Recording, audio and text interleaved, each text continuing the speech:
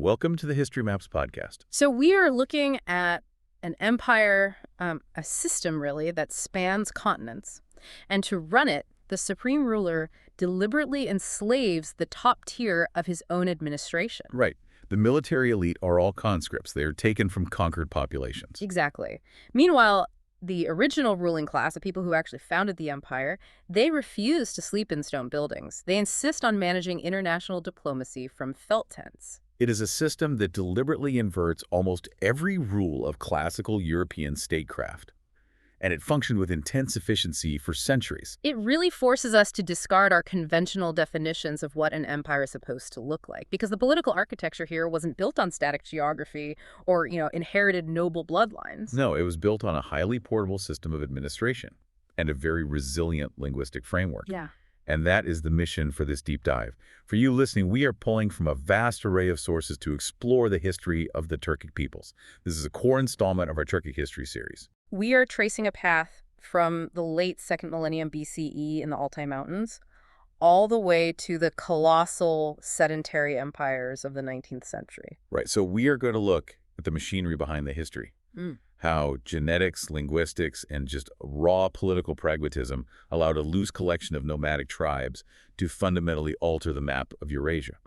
But to understand the later sedentary powers, like the Seljuks, the Ottomans, or the Timurids, we have to isolate the mechanics of their origin. We need to identify the geographical and linguistic cradle of the Proto-Turkic world. Which places us in the Inner Asian homeland. The sources identify a period from the late 2nd millennium of BCE up to the 1st century. Right. And they focus on this massive, unforgiving landscape in southern Siberia and Mongolia. We are talking about the territory stretching from Lake Baikal over to the Altai Mountains. Yeah, the Taiga Steppe transition zone. But I have a fundamental problem with this starting point. Yeah. Because we are talking about people who lived 3,000 years ago, right? Yeah. They built no massive stone cities. They left no libraries. No, they were highly mobile. Exactly. So how can historians or anyone confidently point to a spot on a map and say, this is the exact genetic and linguistic origin point? It feels like a massive academic guess. Well, it's a fair skepticism, but the methodology is far more rigorous than just guessing.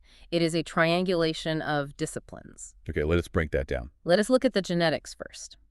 When the sources cite genetic studies on these early populations, they are looking at specific markers in autosomal DNA and Y-chromosomal haplogroups. Right. Geneticists look for patterns of identical segments of descent. So when they analyze the remains found in early Kurgan burials, those are the burial mounds of the region, and compare them to modern populations, they can map the admixture events. Admixture meaning the point in time when two distinct populations started having children together. Correct. And the data from the Altai region shows a foundational Northeast Asian gene pool, and that pool gradually absorbed genetic material from local Siberian hunter-gatherers and western steppe herders. So it was not an isolated genetic island. Not at all. The genetic footprint shows constant, slow integration. But genetics only tells us about biological lineage, right? To find the cultural cradle, we have to rely on historical linguistics. And linguistics doesn't need bones. It needs the fossil record of the language itself. Exactly. It uses a method called comparative linguistics. By taking all the modern Turkic languages and working backward, stripping away borrowed words from Persian or Arabic or Russian, linguists reconstruct the Proto-Turkic vocabulary. Right. And the reconstructed vocabulary tells us about their environment. For instance, Proto-Turkic has deep indigenous words for specific flora and fauna native to the Taiga Steppe transition zone. Words for, like, certain types of pine trees. Yeah, specific pine trees, very specific swimming conditions, local wildlife. But crucially, it lacks indigenous words for maritime concepts or tropical agriculture, so the language itself draws a geographical boundary. The vocabulary maps the homeland. That makes perfect sense. The sources also mention that these early Proto-Turkic speakers were not the pure horse-riding nomads we tend to picture. Yeah. No, the archaeological record shows a mixed subsistence strategy. They were hunting, gathering, and practicing early forms of agriculture before they fully committed to nomadic pastoralism. That transition seems like a crucial mechanism of their later success. It really is. Nomadic pastoralism is not a primitive state of human development. It is a highly specialized, technologically advanced adaptation to an environment where agriculture is just fundamentally unreliable. Because the Altai region has Brutal winters and very short growing seasons. Exactly. So agriculture was just too risky. One bad frost and your entire society starves. It is the exact opposite of a stable river valley civilization. Right. By shifting to pastoralism, herding sheep, goats, and horses, they converted the inedible tough grasses of the steppe into accessible calories. Yeah. Meat and milk. So the animals became a mobile calorie bank. Yeah, but this required constant movement to find fresh grazing land, and that fundamentally restructured their society to prize mobility, martial skill, and decentralized leadership. Which brings the Xiongnu Confederation into the picture. They operated from the 3rd century BCE to the 1st century. Right, the Xiongnu. The sources indicate they are a likely ethnic and linguistic precursor to the later Turkic peoples. We see the emergence of high-wheels carts, felt tents, and a specific societal structure based on decimal military organization. The Xiongnu are vital because they demonstrate the first large-scale proof of concept for the steppe confederation model. They were a multi-ethnic empire. So not a single homogeneous tribe. No. The core leadership may have spoken a Proto-Turkic or Yeniseian language, but they ruled over a vast array of different tribes. This establishes a pattern we will see repeatedly.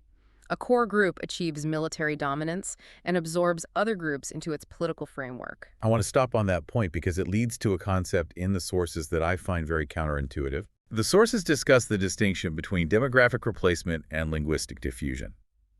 When we think of the Turkification of Eurasia, the immediate assumption is a massive horde of people from the Altai riding west, displacing everyone and changing the genetics of the continent. But the genetic studies say that is definitively not what happened. Right.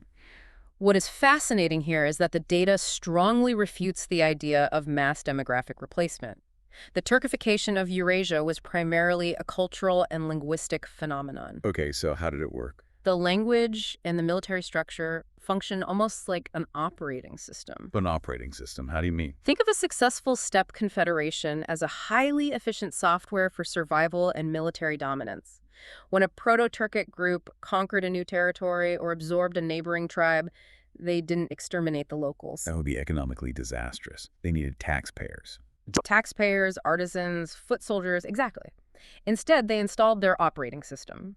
To gain any social mobility, to participate in the military, or to trade with the elites, the subjugated people had to learn the Turkic language and adopt Turkic martial customs. Nice. Over a few generations, these heterogeneous groups began to identify as Turkic. So the language was the technology of assimilation.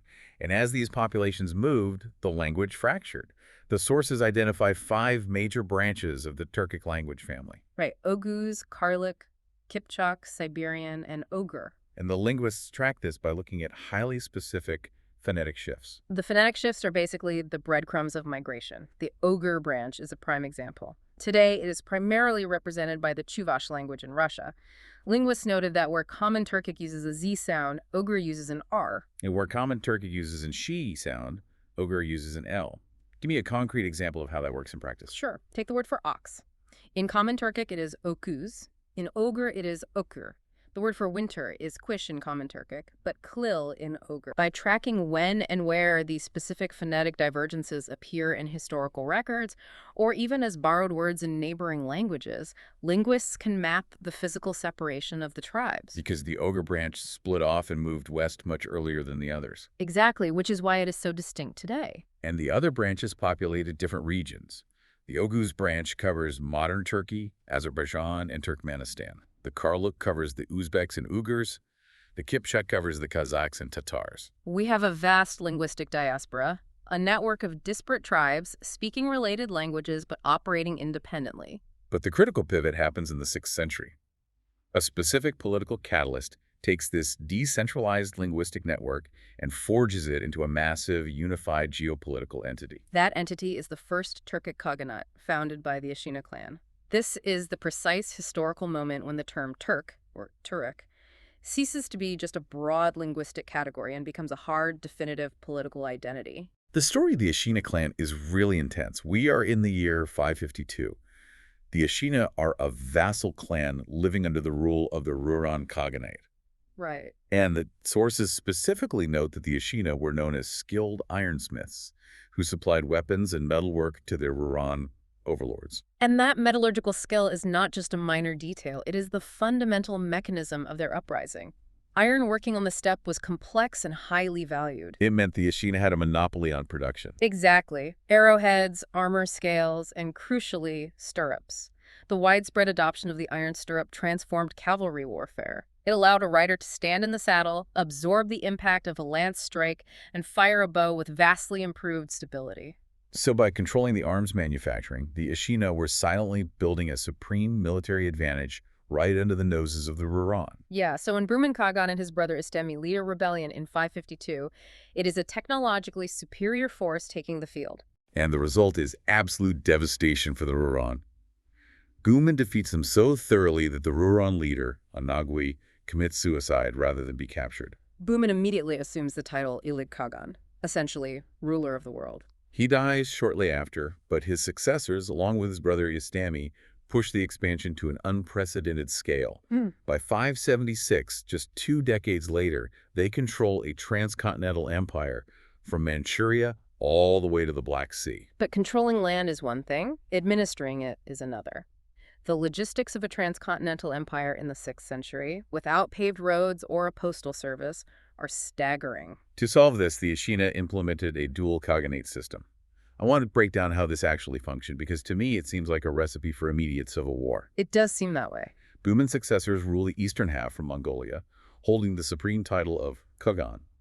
Iskemi rules the western half as the Yabgu, a vassal or secondary ruler. How does dividing your empire in half prevent it from falling apart? Well, it functioned because it was aligned with the physical realities of the steppe. A single ruler simply could not react to military threats on both the Chinese border and the Persian border simultaneously. The communication lag was just too great. Far too great.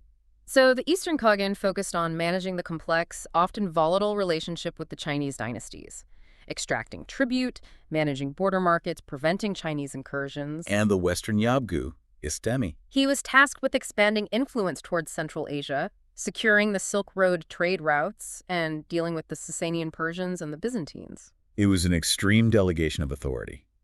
But there is a detail here that completely threw me when I read the sources. We're talking about the founders of the definitive Turkic political identity. Right. Yet the founders, the Ashina clan, have names that linguists identify as Indo-Iranian. Buman, Istemi, Taspar.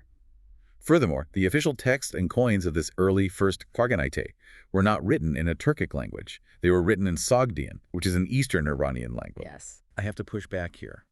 How can we call this a Turkic empire if the founders have Iranian names and use an Iranian language for their government?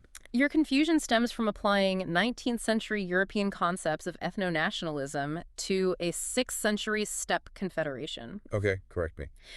The first Turkic Khaganate was not an ethnostate. It was a corporate political entity. The Ashina clan's genius was their pragmatism. The steppe was incredibly diverse, filled with Indo-European speakers, Yeniyin speakers, and various Turkic tribes. So they didn't care about ethnic purity. They cared about administrative efficiency. Precisely. Right. Let us look at the use of the Sogdian language. The Sogdians were the master merchants of the Silk Road. They had an established network of trade colonies stretching from China to Crimea. They already possessed a written script. A written script, accounting methods, a network of diplomats. For the Ashina to try and invent a new Turkic script and train a new bureaucracy from scratch while trying to manage a rapidly expanding empire, that would have been a massive waste of resources. They just licensed the existing administrative infrastructure. They used Sogdian for the same reason a Japanese corporation might use English to conduct business in Germany today. It was the lingua franca of global trade. Yes. And we see the sophistication of this pragmatism in 568. The Western Khaganate, under Istemi, sends a diplomatic embassy to the Byzantine Empire in Constantinople. Which is a massive journey. An immense logistical undertaking. And the delegation is not led by a Turkic warlord. It is led by a Sogdian diplomat named Manaya. The goal was purely economic. The Turks controlled the Eastern Silk Road, and the Byzantines were the primary consumers of silk. But the Sasanian Persian Empire sat geographically right between them. They acted as a middleman and imposed heavy tariffs on the trade. The Persians were taking a massive cut of the profits. The Ashina recognized this bottleneck. The embassy to Constantinople was a deliberate attempt to establish a direct northern trade route around the Caspian Sea, completely bypassing the Persian monopoly. It demonstrates a deep understanding of global macroeconomic leverage. They were not mindless raiders. They were operating a transcontinental supply chain. Absolutely. But, as is often the case with massive confederations, the First Khaganate eventually fractures. The sources outline a series of internal civil wars, compounded by aggressive military campaigns from the newly established Tang dynasty in China. By 630, the First Khaganate collapses, and the Turkic tribes fall under Tang subjugation. Right. It takes 50 years of brutal existence under Chinese rule before they rebel again. In 682, Ilturish Khagan leads a successful revolt and establishes the Second Turkic Khaganate. And it is the Second Khaganate that leaves us the most significant cultural artifacts of the era, the Orkhon inscriptions. Erected in the Orkhon Valley of modern-day Mongolia between 732 and 735, these steels are monumental. They were commissioned by Bilge Khagan and his brother, the military commander Kulpijin, and authored by Yölig Tujin. They represent the oldest extensive attestations of the Old Turkic language. Written in a specific runic-style alphabet developed exclusively for the Turkic language. So this is a major shift. They are no longer using Sogdian. They have created their own script to record their own history. Yes. And the content of these inscriptions is heavy. When I read the translations, it does not read like a standard triumphant monument.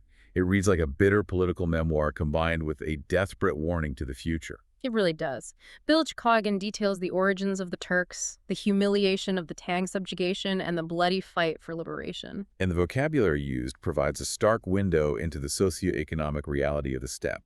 The texts frequently use the terms quol, meaning a male slave, and kung, meaning a female slave or handmaiden. But they use these terms to describe defeated political entities, right? Not just individuals. Exactly. The terminology reflects an economy and a political structure deeply reliant on subjugation. Slavery on the steppe was primarily a designated status for prisoners of war and conquered tribes. It was the mechanism by which defeated enemies were integrated into the labor force of the victorious confederation. When Bilge Khagan states that his enemies were made quil and kung, he is establishing the absolute hierarchy of the newly restored Khaganate. The relationship with Tang China detailed on these stones is fascinating because it is so contradictory. Bilge Khagan delivers a searing critique of the Chinese. He warns the Turkic people against the ingratiating words and enervating riches of the Tang court. He explicitly blames the fall of the First Khaganate on Turkic nobles who became soft. He says they took Chinese names, wore Chinese silk, served the Chinese emperor, and forgot how to be nomads. He views Chinese assimilation as a lethal cultural toxin. Right. But in the exact same inscription, Bilge Khagan casually mentions that he hired Chinese artists and court carvers sent by the Tang emperor to decorate the very stones bearing this anti-Chinese message. Yeah, it seems contradictory. I cannot wrap my head around that. He hates them, he blames them for his people's downfall, but he hires them to build his national monument. If we connect this to the bigger picture, it makes complete sense. You have to understand the central philosophical concept of the early Turkic worldview, the concept of Toru, sometimes pronounced Tor. Break that down for me. What is Toru? Toru is often translated simply as law or custom, but that is insufficient. Toru was the concept of cosmic order. It was the invisible architecture that maintained the balance between the ruler, the people, the physical environment, and heaven. So it was both a legal code and a moral imperative. Yes. The primary duty of the Khagan was not just to win battles, it was to maintain the Toru. When Bilge Khagan critiques the nobles of the First Khaganate, he is not just saying they made bad political alliances, he is saying they violated the cosmic order. By abandoning the harsh discipline of the steppe. Right. By prioritizing the soft comforts of Chinese silk over the physical rigors of nomadic life, they broke the Toru. As a result, heaven withdrew its favor and the state collapsed. So hiring Chinese artisans to carve the stone was just a practical utilization of available labor. Right. It didn't violate the Toru. But losing your cultural independence and becoming a vassal to a foreign emperor, that was a fundamental failure of the cosmic order. The stones were built to be a physical anchor, a permanent reminder of how to maintain that balance. And this brings us to a critical linguistic debate regarding the Orkhon inscriptions, one that fundamentally alters how we view their political development.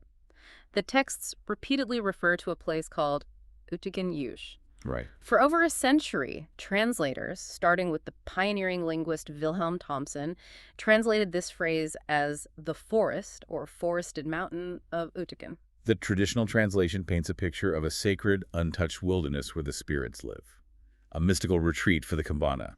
But modern linguistic analysis challenges this romanticized view. Researchers, specifically pointing to the work of Fatih Şengil, have applied deeper comparative linguistics to the word yuj.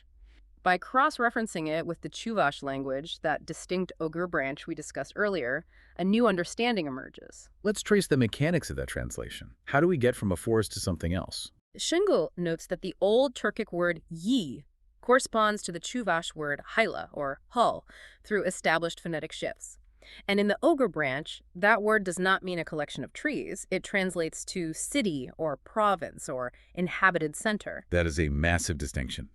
So when Bilge Kalgan inscribes, "If you stay in the land of the Ötegen, you will live forever dominating the tribes," he's not telling his people to go camp in a magical forest. No, he is telling them to maintain control of the political center. It shifts our entire perception of the Second Cognate. It indicates a significant level of administrative centralization. Ötegen was not just a geographic feature.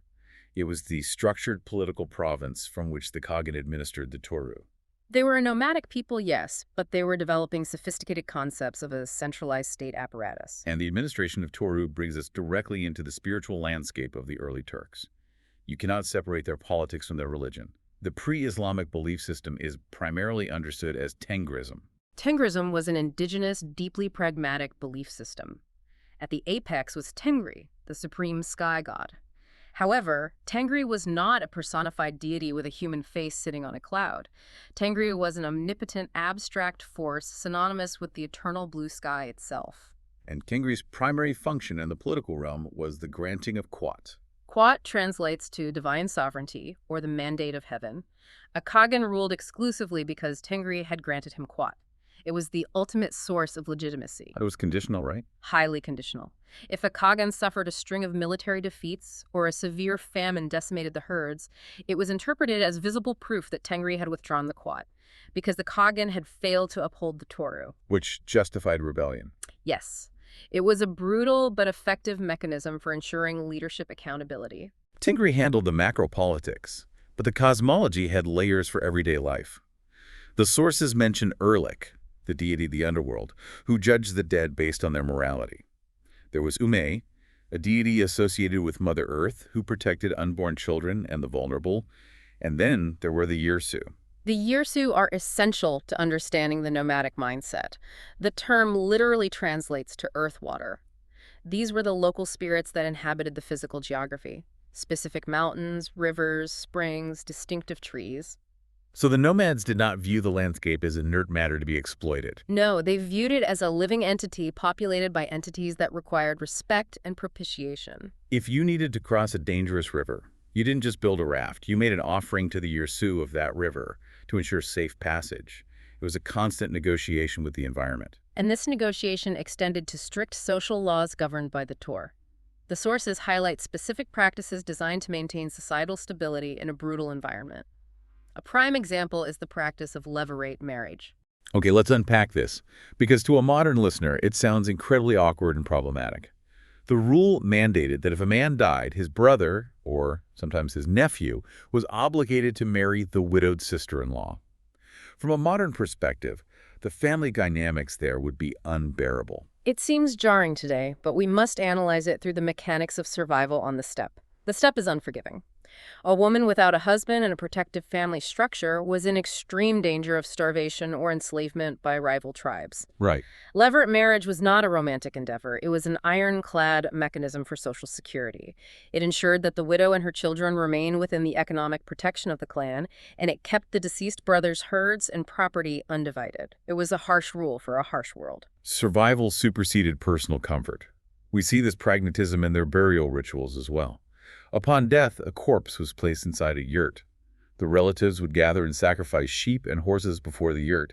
They would then erect stones, often called balbals, at the burial site. The balbals are fascinating. The number of stones erected often directly corresponded to the number of prominent enemies the deceased had killed in battle. Is a literal scoreboard. It tied military prowess directly to spiritual honor. The belief was that the spirits of the defeated enemies would serve the warrior in the afterlife.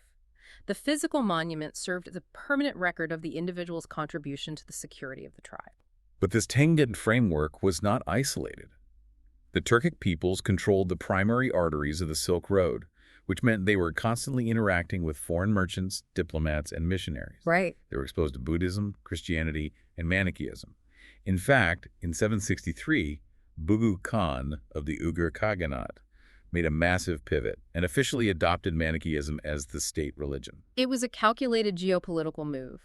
Manichaeism was the dominant religion of the wealthy Sogdian merchant class. By adopting it, the Uyghur elite aligned themselves culturally and spiritually with their primary economic partners. It facilitated trust and lowered barriers to trade. Exactly, and provided the Uyghurs with a sophisticated administrative class of Manichaean clerics. It was an economic merger formalized by religion. But the most profound and lasting spiritual transformation occurred later, spanning the 9th to the 15th centuries, with the mass conversion of the Turkic tribes to Islam. This is a complex transition. I really want to dig into the mechanics of this. We have a nomadic people whose entire spiritual framework is tied to the physical landscape. They pray to the sky, they leave offerings at specific rivers, they measure honor by combat. How do you convince a population like that to adopt Islam? It is a massive shift. It is a highly structured, urban-centric, text-based religion with universalist claims that technically forbids the worship of localized earth-water spirits. It seems fundamentally incompatible. Well, if Orthodox urban Islamic clerics had simply marched onto the steppe and demanded the nomads abandon everything and build stone mosques, the conversion would have failed entirely. The mechanism that made the transition possible was Sufism. The mystical branch of Islam. Yes. Sufism provided the vital bridge. Sufi mystics, or dervishes, were often highly mobile. They did not require a rigid mosque structure. They wandered the steppe, living austere lives that resonated deeply with the harsh realities of nomadic existence. So they fit in with the landscape. Exactly. To a Turkic nomad, a wandering Sufi ascetic possessing baraka spiritual power or blessing looked and functioned very similarly to a traditional steppe shaman, a Kam or Baksu. The messenger matched the environment. Exactly the point. Figures like Ahmad Yasawi, who lived in the 12th century and authored the Diwani Hikmat, were instrumental. Yasawi formulated Islamic teachings in a poetic language that the nomads understood. He didn't lecture them on complex Arabic theology. He spoke of the divine using metaphors of the steppe. And the Sufi brotherhoods essentially functioned as mobile agents of Islamization. And Sufism was flexible enough to absorb existing traditions rather than trying to violently erase them. This is the concept of religious syncretism. Sufism allowed the nomads to retain their connection to the landscape while adopting the theological framework of Islam. The Tengris veneration of ancestral spirits and the Yersu transitioned seamlessly into the Sufi veneration of Islamic saints and their tombs. You could see the physical evidence of this survival today. If you travel through Central Asia or parts of Anatolia, you will find modern Muslims tying strips of cloth or ribbons to the branches of specific trees near the tombs of revered saints. They're asking for blessings or healing. Yeah. That is a direct continuation of the ancient Tengris practice of honoring the earth-water spirits. The theological software was updated to Islam, but the physical interaction with the landscape remained identical. And as their spiritual worldview adapted and expanded, the geopolitical map of Eurasia was experiencing a seismic shift. The centuries following the collapse of the Göktürk Khaganates triggered an era of unprecedented demographic movement. We are looking at the Great Migrations, roughly from the 4th to the 11th centuries. The Eastern Steppe Empire's fragment. The resulting power vacuums, combined with brutal competition for grazing lands and resources, push massive confederations westward. We see the Karluks moving into Central Asia, the Kipchaks dominating the Eurasian steppe north of the Black Sea, and most significantly for the Middle East, the movement of the Oghuz tribes. The westward pressure of the Oghuz reached a historical inflection point in Anatolia in the year 1071, the Battle of Manzikert. Right. The Seljuk Turks, a prominent Oghuz confederation that had adopted Islam and integrated Persian administrative techniques, clashed with the immense army of the Byzantine Empire. The mechanics of the battle highlight the tactical supremacy of the nomadic military model. The Byzantine army was massive, heavily armored, and structurally rigid. The Seljuks, commanded by Alp Arslan, utilized classic steppe tactics. Extreme mobility, horse archers harassing the flanks, and most crucially, the feigned retreat. Which was devastating. They simulated a panic, drew the heavily armored Byzantine center out of formation into a disorganized pursuit, and then turned to encircle and destroy them. They captured the Byzantine Emperor Romanos, the fourth Diogenes, on the battlefield. The victory, effectively shattered the Byzantine defensive line and opened the entirety of eastern and central Anatolia to widespread Turkic settlement. Yes. But I want to return to that concept of the operating system. How did the migration actually function demographically? The genetic evidence from modern populations in Anatolia provides the answer. While the cultural and linguistic shift was absolute, Anatolia became Turkish, the genetic input from Central Asia is relatively small compared to the indigenous Mediterranean and West Asian ancestry. So it wasn't a total displacement. Not at all. The migrating Turkic tribes were a military elite. They were vastly outnumbered by the settled Greek, Armenian, and Persian populations they conquered. The assimilation mechanism was socioeconomic. Explain that. Well, if a local landowner wanted to retain his wealth, if a soldier wanted to advance in the new military hierarchy, or if an administrator wanted to rule in the court, they had to adopt the language and religion of the new Seljuk elite. It was an assimilate or parish environment for upward mobility. Over a few centuries, the descendants of those local Greeks and Armenians were speaking Turkic, practicing Islam, and identifying fully with the conquerors. We see this hardening of identity in the terminology of the era. Take the ethnonym Turkmen. The term emerges as the Oghuz tribes move into the Islamic world. Linguistic analysis suggests that the suffix men functions as an intensifier. So it translates roughly to the most Turkish of the Turks. Yes. It was a way for these migrating, newly Islamicized tribes to assert a perceived purity of lineage and martial vigor.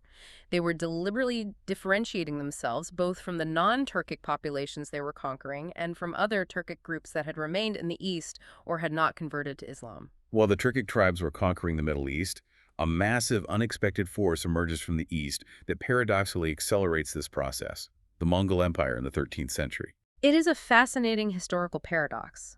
The Mongols were a distinct political and linguistic entity. Genghis Khan united the Mongol tribes and launched the most rapid expansion in human history. But there is a logistical problem with the Mongol conquests. There simply were not enough ethnic Mongols to garrison an empire stretching from Korea to Hungary. Precisely the issue. The mechanism the Mongols used to solve this manpower shortage was mass incorporation.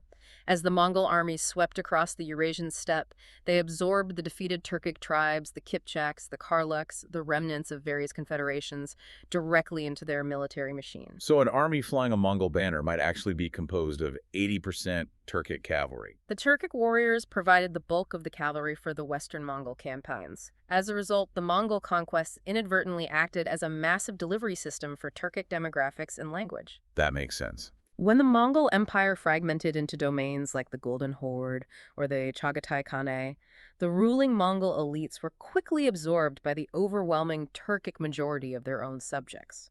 They adopted Turkic languages and Islam. The Mongol sword effectively finalized the Turkification of the Western steppe. Which brings us to the zenith of the Turkic political evolution: the ability to blend that devastating nomadic military supremacy with the complex, sedentary administrative frameworks of the lands they conquered. The felt tents are replaced by the monumental architecture of Istanbul. We must focus on the most enduring result of this evolution: the Ottoman Empire. Founded in 1299 by Osman I in northwestern Anatolia, it began as a minor beylik, a small border principality dedicated to raiding the crumbling Byzantine frontier. The speed of its evolution is staggering. From a band of frontier raiders in the late 13th century, it transforms into a transcontinental superpower. By the time we reach the reign of Suleiman I in the 16th century, the Ottomans control the Middle East, the entire coastline of North Africa, and southeastern Europe. In 1529, Suleiman marches on Vienna with an army of 120,000 men. You cannot manage an operation of that scale using decentralized steppe politics. The Toru had to evolve. The Ottomans developed highly structured, deeply pragmatic bureaucratic systems to manage a multi-ethnic, multi-religious, sedentary empire. We can examine the mechanics of two specific systems to understand this shift: the millet system and the devshirme system. Let's start with the millet system. How do you govern millions of Christians and Jews as an Islamic state without constant, exhausting rebellions? You outsource the administration. The millet system recognized the various non-Muslim religious communities, the Orthodox Christians, the Armenian Christians, the Jews as legally protected, semi-autonomous groups. They were called dhimmis. Yes. In exchange for paying a specific tax, the jizya, and acknowledging the ultimate supremacy of the Ottoman Sultan, these communities were allowed to govern their own internal affairs. The Greek Orthodox Patriarch in Istanbul, for example, functioned essentially as an Ottoman official. He handled the day-to-day governance. Exactly. He collected taxes from his community, ran their schools, and operated religious courts that handled civil matters like marriage, inheritance, and minor disputes for the Orthodox population. It is brilliant from a bureaucratic standpoint. The Central Ottoman state didn't have to waste resources micromanaging the daily lives and legal disputes of its diverse subjects. They delegated the headache to the religious leaders as long as the taxes flowed to the capital. Right. But if the millet system was about managing the masses, the devshirme system was about managing the elite. And this system is brutal. The devshirme translates roughly to the gathering or the collection. It is perhaps the most radical departure from traditional Turkic tribal politics. Describe the mechanics of the gathering. Ottoman officials would travel to the rural Christian provinces, primarily in the Balkans. Every few years, they would select a specific quota of young, physically fit, and intelligent Christian boys, usually between the ages of 8 and 18. These boys were legally taken from their families, converted to Islam, and taken to the capital or specific training centers. They were enslaved. Yes, they were legally cool, slaves of the Sultan. But their trajectory was entirely unique. They were subjected to years of intense physical, military, and academic training. The most physically gifted formed the Janissaries, the elite infantry corps that became the feared corps of the Ottoman war machine. And the rest. The most intellectually gifted were sent to the palace schools to be trained in administration, law, and poetry. So what does this all mean? I want to focus on the why here. The original Ashina clan relied on their brothers and nephews to rule. Why would an Ottoman sultan deliberately enslave foreigners to run his empire and command his army, rather than relying on the prominent, wealthy Turkic families who helped found the state? This raises an important question, and the answer is that prominent families have tribal loyalties and personal ambitions. If a sultan relies on powerful Turkic tribal leaders for his army, those leaders can threaten his power. They can rebel. So the devshirme eliminates that risk. Exactly. The mechanism of the devshirme was designed to bypass the entrenched nobility entirely. A janissary or a grand vizier who came through the devshirme had no prominent family to back a rebellion. They had no tribal loyalties. They owed their status, their wealth, and their very lives exclusively to the sultan. It created an elite, highly educated, lethal meritocracy that was structurally incapable of splitting its loyalty. Right.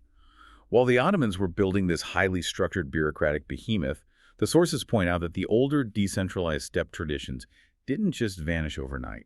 We still see the persistence of the northern Khanates. The remnants of the Golden Horde maintained a formidable presence. The Crimean Khanate, founded around 1441, is a primary example. While they eventually became a vassal state to the Ottomans, they operated on a completely different economic model. They were still semi-nomadic. Yes. They maintained a semi-nomadic structure heavily reliant on conducting massive organized slave raids into Eastern Europe, capturing thousands of Russians and Poles to sell in the markets of Istanbul. But the clock was ticking on the nomadic model. The era of the northern Khanates comes to a definitive end due to a shift in military technology and the aggressive expansion of the centralized Russian state. The turning point is the widespread integration of gunpowder. In 1556, Ivan IV of Russia conquers the Astrakhan Khanate, securing control over the vital Volga River trade route. And the fall of the Siberian Khanate provides the perfect closing vignette for the era of nomadic supremacy. We are in the year 1582. A relatively small force of Russian Cossacks, led by an ataman named Yermak Timofeyevich, pushes deep into Siberia. They clash with the much larger army of Khan Kuchum at the Battle of Tuvashev Cape. The battle illustrates the ultimate shift in power dynamics. Kuchum's forces rely on the traditional steppe advantages, numbers, mobility, and the composite bow, but Yermak's Cossacks are armed with early firearms, harquebuses, and small cannons. The firearms weren't highly accurate, but the psychological and penetrative impact on massed cavalry was devastating. Yermak breaks the Siberian army.